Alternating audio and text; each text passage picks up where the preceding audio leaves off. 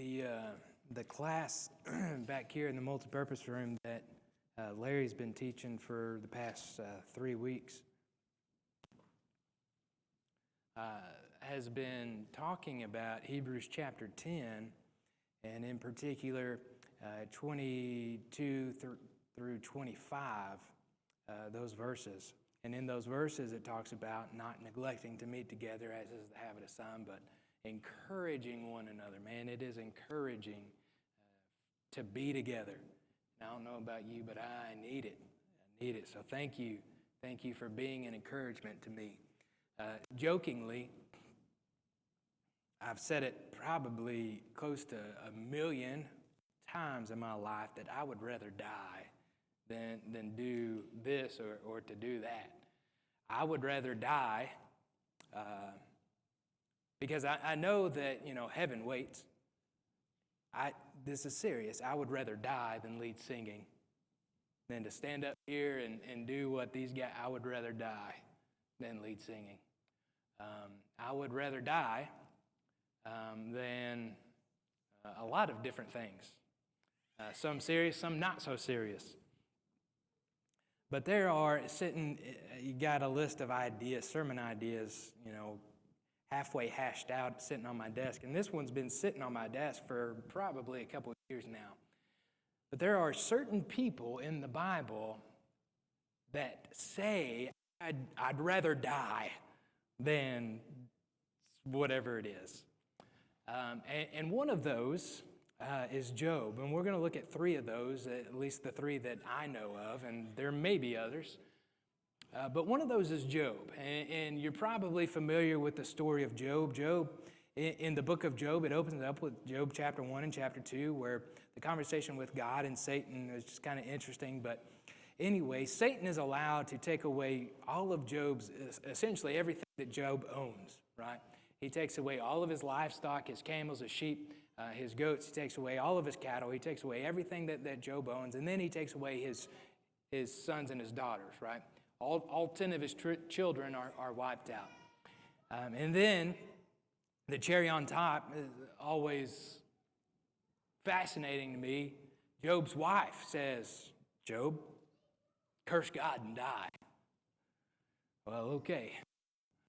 Thank you for your support. Job after that, Job has 3 friends, perhaps 4 friends that come from afar to comfort Job. And they see Job and they don't recognize him. You remember the story. They don't recognize Job because of the boils, right? Because he's sitting in ashes and he's scraping the itchy boils on his skin with a broken piece of pottery. So his friends come and they don't know what to say. And they sit there in silence, which, by the way, if you're trying to comfort somebody, sometimes sitting in silence is the best way to comfort them. So they sit there in silence. Finally, Job opens up his mouth in Job chapter 3. And what he says is, now Job is written poetically.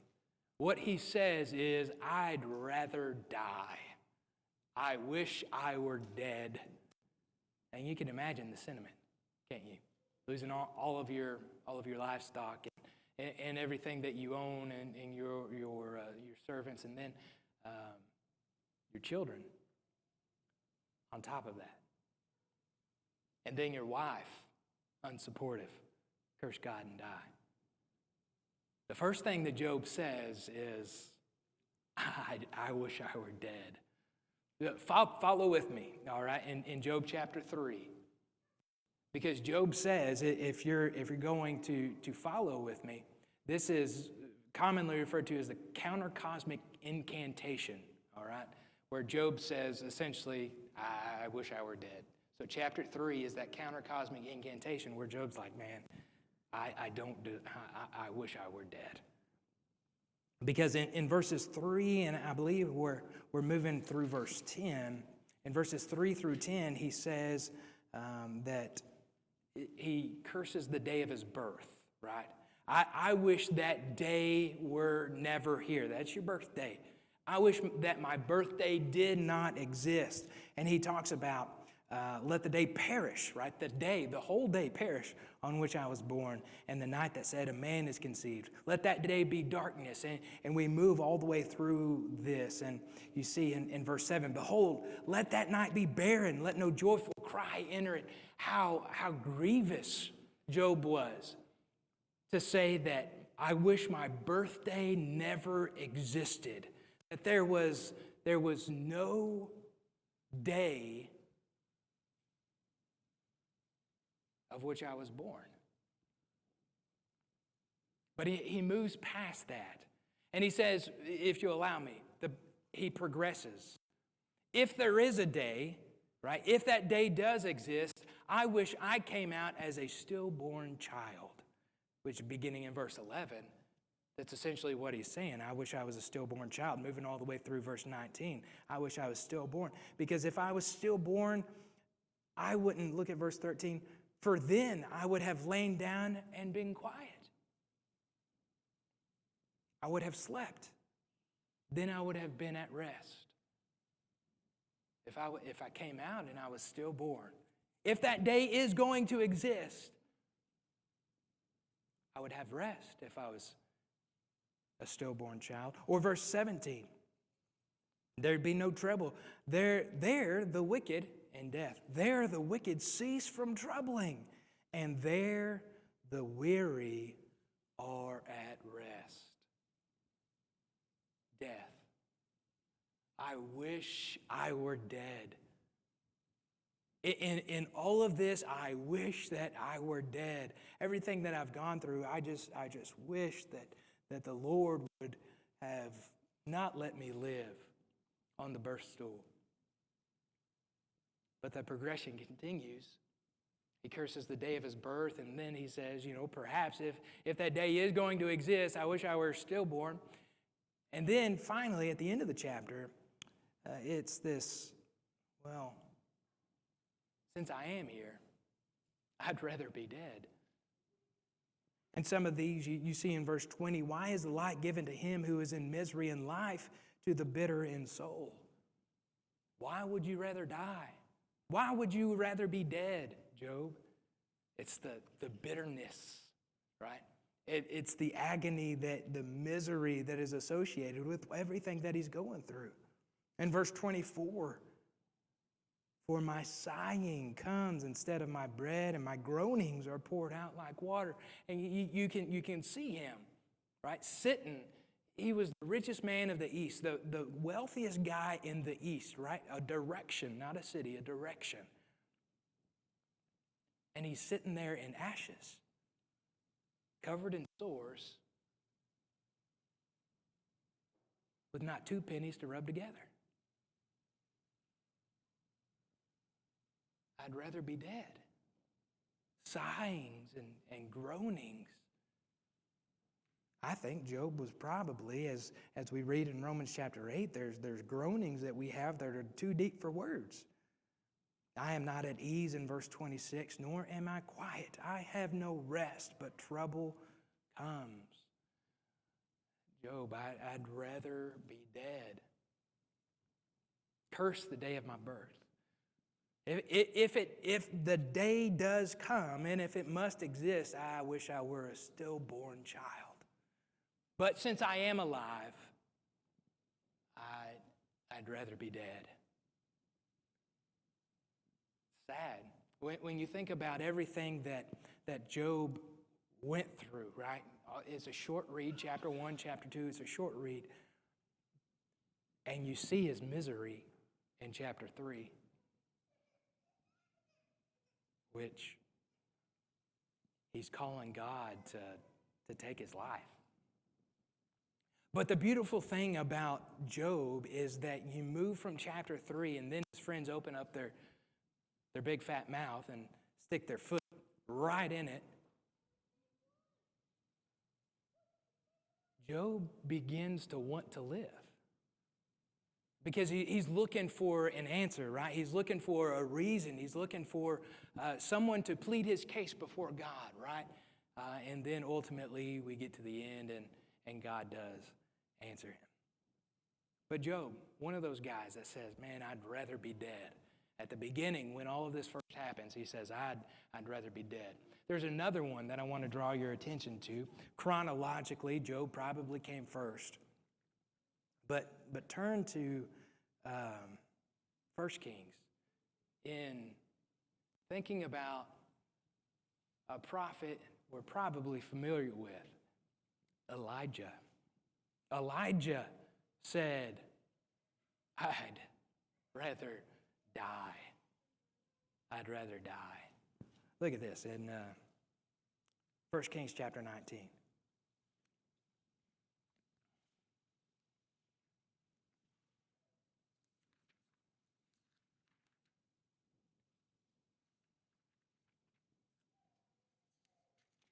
Look at verse 4.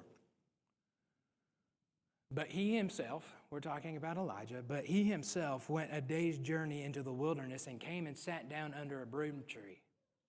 And he asked that he might die, saying to God, it is enough now, O Lord, take away my life, for I am no better than my fathers.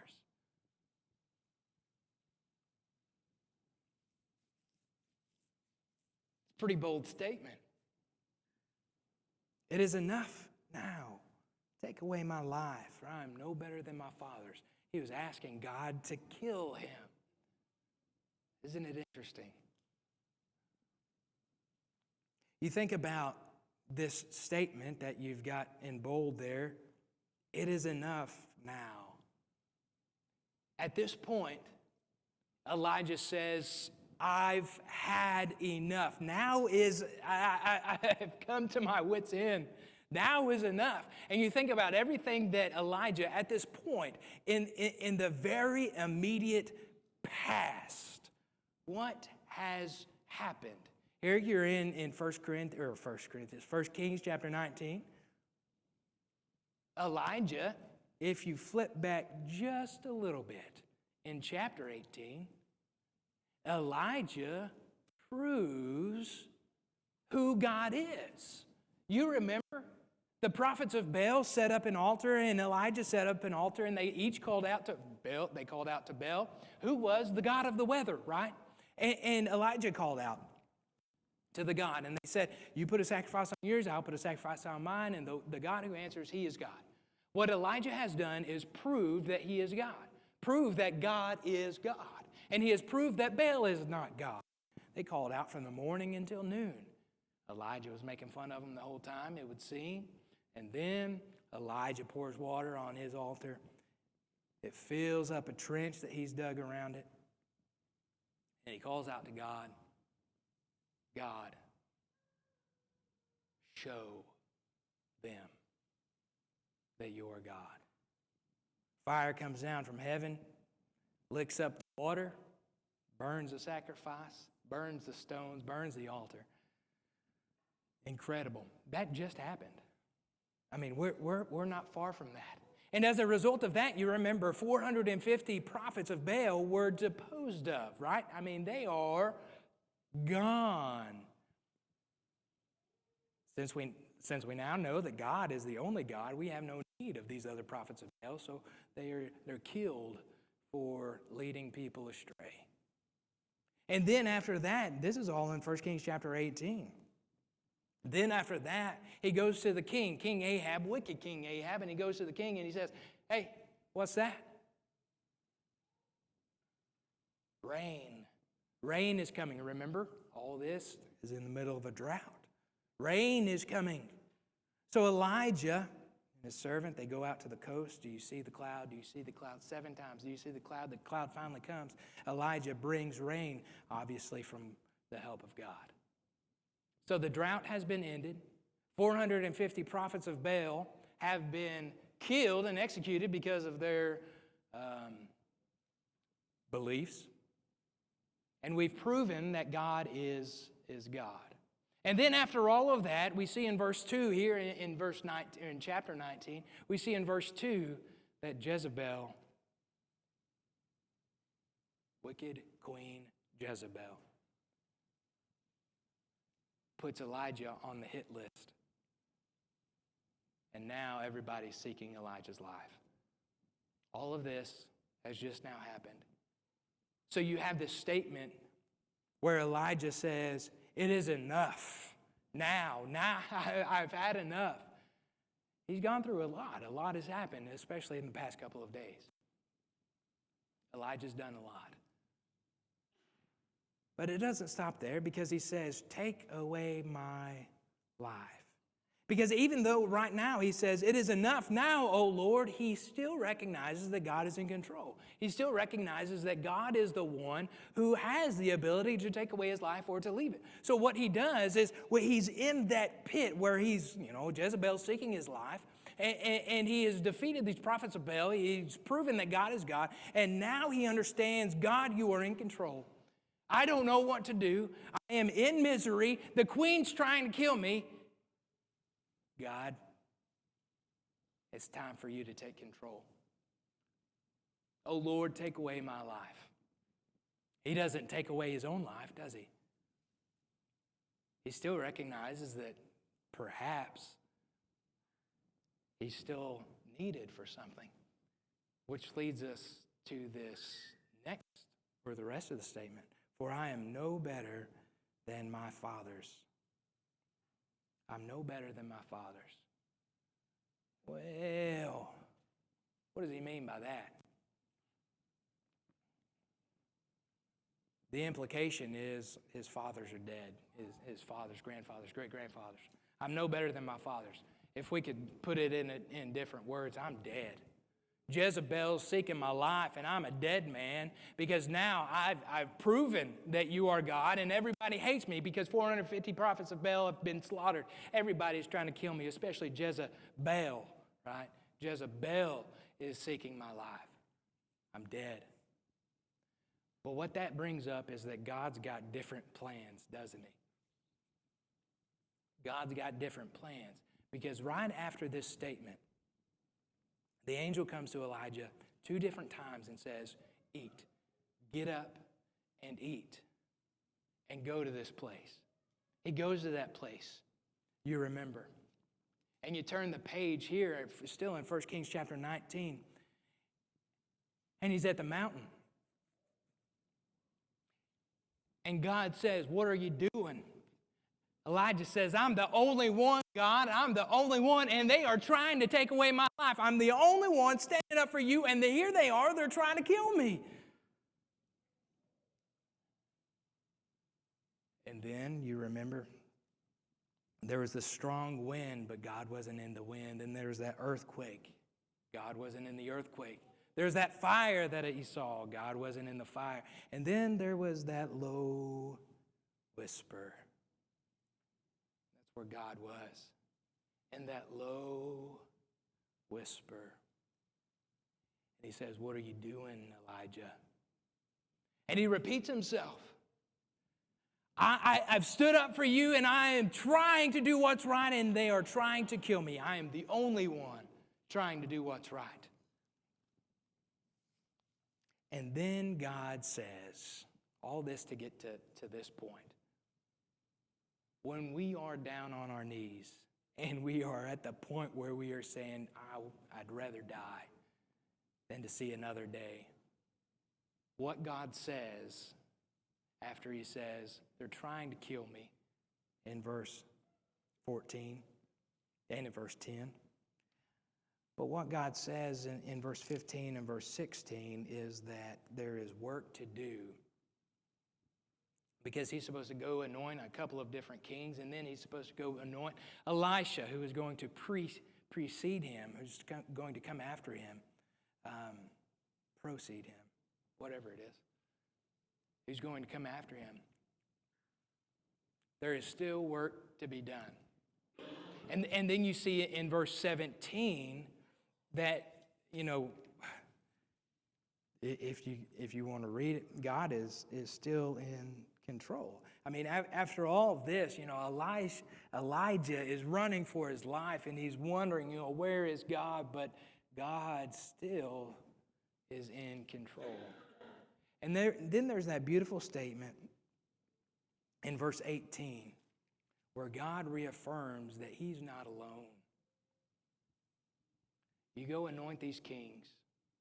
And then I'm going to take care of all the wickedness because I'm still in control. And then in verse 18, yet I will leave 7,000 in Israel, all the knees that have not bowed to Baal, and every mouth that has not kissed him. I'm leaving 7,000 in Israel.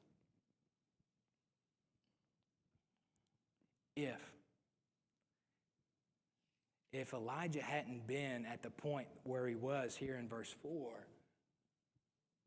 would we have seen all the rest of that? You see, God's got plans. And we may come to the point where we wish we were dead, and we may call out to God, God, just take my life, I'm done. God's still got plans. God's still got plans for us. There's one more that I want to bring your attention to. And we talked about him this morning, Jonah. Jonah, a couple of different times, I had a death wish. Let's go to Jonah real quick. The first one that we see, and this is more subtle, okay, maybe the most subtle, is in chapter 1. Because in chapter 1, what we see is this great storm that arises on the sea. The sailors, look at what it says here. Then they said to him, what shall we do? They're talking to Jonah.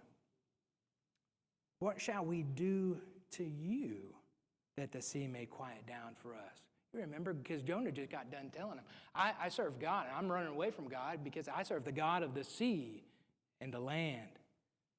He's the creator of all things. For the sea has grown, this is what they say, for the sea has grown more and more tempestuous. And he said to them, pick me up and hurl me into the sea. Then the sea will quiet down for you, for I know it is because of me that this great tempest has come upon you. Nevertheless, the men rowed hard to get back to the dry land, but they could not, for the sea grew more and more tempestuous against them. Therefore, they called out to the Lord, O Lord, Yahweh, Jehovah, look at that. O Lord, let us not perish for this man's life. And lay not on us innocent blood, for you, O Jehovah, O Lord, have done as it pleased you. Look at verse 15. So they picked up Jonah and hurled him into the sea, and the sea ceased from its raging. You're familiar with the story. Here is the thought that keeps coming to my mind. Did Jonah know that there was a fish waiting for him down there at the bottom? Had this ever happened to Jonah before? Throw me overboard. A fish is going to pick me up and take me to the shore. Why didn't Jonah say, because in my mind, this is what's going to make most sense. Let's go back, let's go back. Let's go back and I'll start all over, and the sea's going to stop raging because I've disobeyed God, so take me back. Or he could have said, okay, this is a bad storm. Y'all just need to take me on to Nineveh because I've disobeyed God and I got a message. But he says instead, throw me overboard. I'd rather die. I'd rather die. It shows me that he hated the people of Nineveh so much that he would rather die himself than to live. He hated the people of Nineveh more than he loved his own life. That's not the only time. 3 times in this short 4-chapter book, 3 times Jonah says, or this acts, I'd rather die. First, being thrown overboard. Look at this next one here at the end of chapter 3, beginning of chapter 4. You remember verse 10, we read that this morning. When God saw what they did, how they turned from their evil way, God relented of the disaster that he said he would do to them, and he did not do it. But it displeased, if you keep reading in chapter 4 and verse 1, it displeased Jonah exceedingly, and he was angry, and he prayed to the Lord and said, "O Lord, is not this what I said when I was yet in my country? That is why I made haste to flee to Tarshish. For I knew that you are a gracious God and merciful, slow to anger, and abounding in steadfast love, and relenting from disaster. Therefore now, O Lord, please take my life from me, for it is better for me to die than live." After he saw how successful the message of God was, he says, "Oh Lord, please take my life. I'd rather die." We see he hated their penitence so much that he didn't want to see it. "Oh Lord, I knew it. I knew that you were gracious. I knew that you were abounding in steadfast love. I absolutely knew that you would relent from your disaster. I know you, God." Absolutely, he did. But he didn't want to share it with anyone else. He hated their penitence. Look at that. He hated their penitent heart more than he loved his own life. You talk about a bitter, bitter person. Successful preacher, bitter person. Bitter person. There's one more time where Job says, I'd rather die. Here at the middle of chapter 4, beginning in verse 6.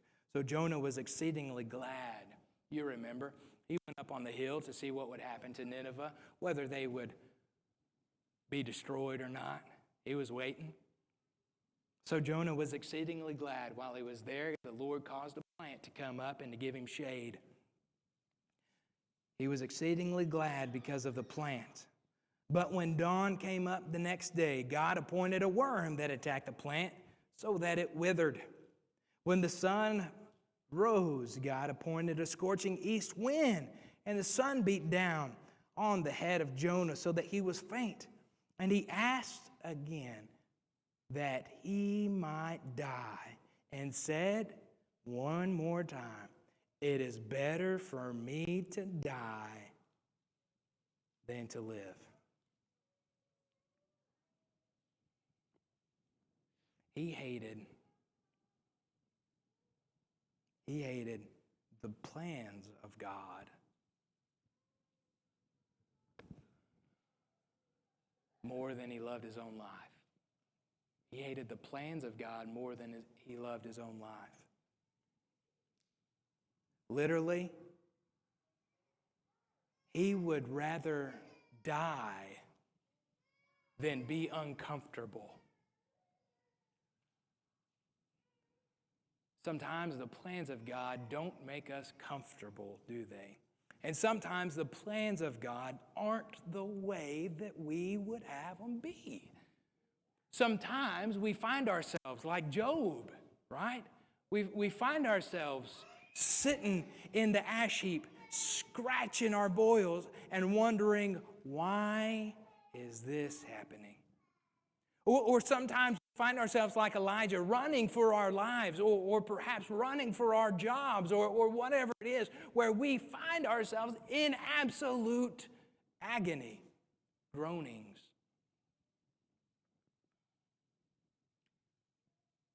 All three of these, they have one thing in common. God's got plans, doesn't he? I don't know. I don't know what the plans of God are.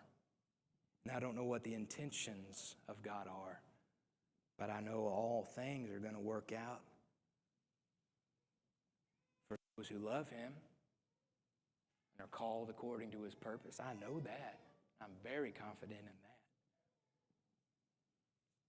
Although we might find ourselves wishing, hey, I'd rather die than stand up and lead singing, or I'd rather die than whatever it is that you don't want to do.